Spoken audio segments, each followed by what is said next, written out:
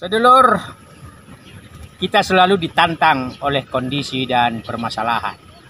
Dan ketika situasi saat ini corona menciptakan di mana kita harus berubah, maka ini adalah salah satu kegiatan positif yang saya lakukan 3-4 bulan yang lalu, menyiasati kondisi yang ada. Dan sekarang saya mau bicara tentang design thinking, ya, berpikir desain. Ketika kita ingin melakukan sesuatu, khususnya seperti desainer, dia pasti punya sketsa, punya rancangan, atau arsitektur pasti punya konstruksi bangunan yang akan dia buat. Dengan adanya sketsa atau rancangan, maka itu akan mempermudah kita untuk menghitung apa-apa saja komponen, sarana, bahan material, dan akhirnya pada rencana anggaran belanja. Nah, design thinking, dari 5 proses tahapan design thinking, yang pertama adalah empati. Empati dalam hal ini di sini adalah fokus, ya. Kita peduli, kita care pada apa yang kita kerjakan. Empati secara sosial, empati secara personal, empati secara emosional, empati secara spiritual. Karena itu, ketika kita serius mau melakukan sesuatu, maka pasti tahap demi tahap kesuksesan itu akan berhasil. 3-4 bulan saya melakukan ini, dan ini adalah sebuah design thinking. Empati yang saya lakukan itu membuat saya konsentrasi setiap hari, lalu fokus tahap demi tahap. Itu tahapan pertama. Tahapan kedua adalah merumuskan masalah. Merumuskan masalah di sini kalau bisa kita ajukan dalam bentuk pertanyaan. Teknisnya adalah kita bisa memakai 5W1H. Mengapa, kapan, di mana, bagaimana, dan kemudian dengan siapa.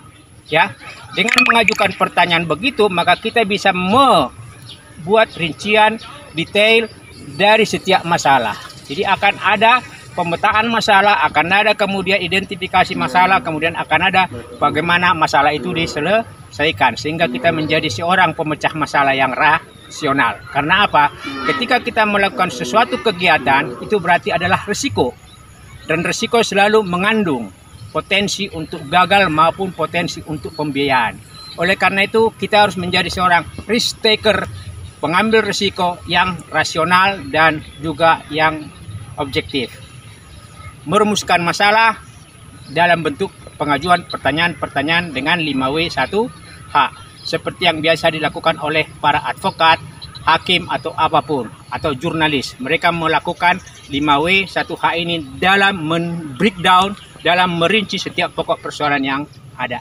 Nah, yang ketiga adalah ideasi. Pengembangan ide-ide dari apa yang kita lakukan. Saya terus terang berada pada persoalan, mengapa itu ada bercak daun? Mengapa kemudian mendesain ini dengan cara begini? Mengapa harus di polybag?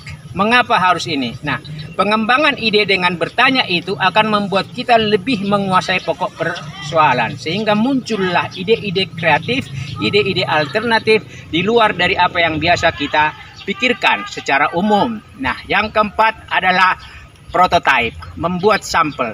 Saya terus terang sudah membuat budidaya jahe merah ini di rumah sebelum atau di awal corona, dan kemudian karena situasi dan kondisi membuat saya akhirnya mengintensifkan tantangan itu, menciptakan peluang yang lebih besar. Nah, ini adalah prototype yang akan dikembangkan untuk mencari sebuah formula. Tata kelolanya bagaimana, manajemen lahannya bagaimana, manajemen operasionalnya bagaimana, untuk pada akhirnya akan ada pengetesan. Dan ini saya sedang tes, dan terus terang ini adalah sampel, ibaratnya adalah produk sampel yang kemudian akan saya intensifkan bagaimana penataannya dengan lebih bagus lagi.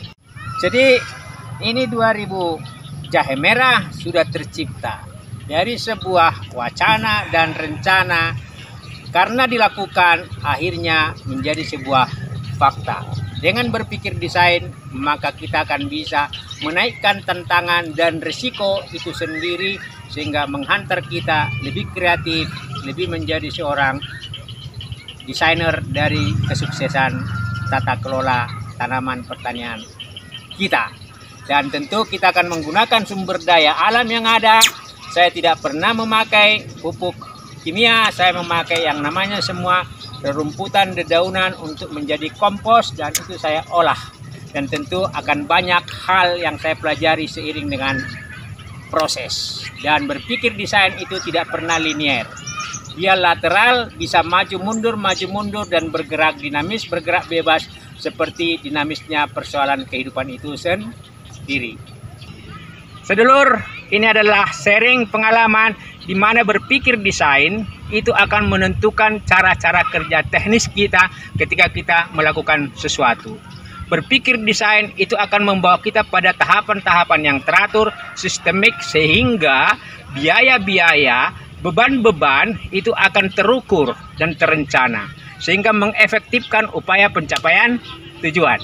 Demikian sedulur, sharing sedikit, monggo di subscribe, like, dan berikan tanda lonceng atau komen, dan salam sehat untuk Anda, sukses untuk Anda selalu.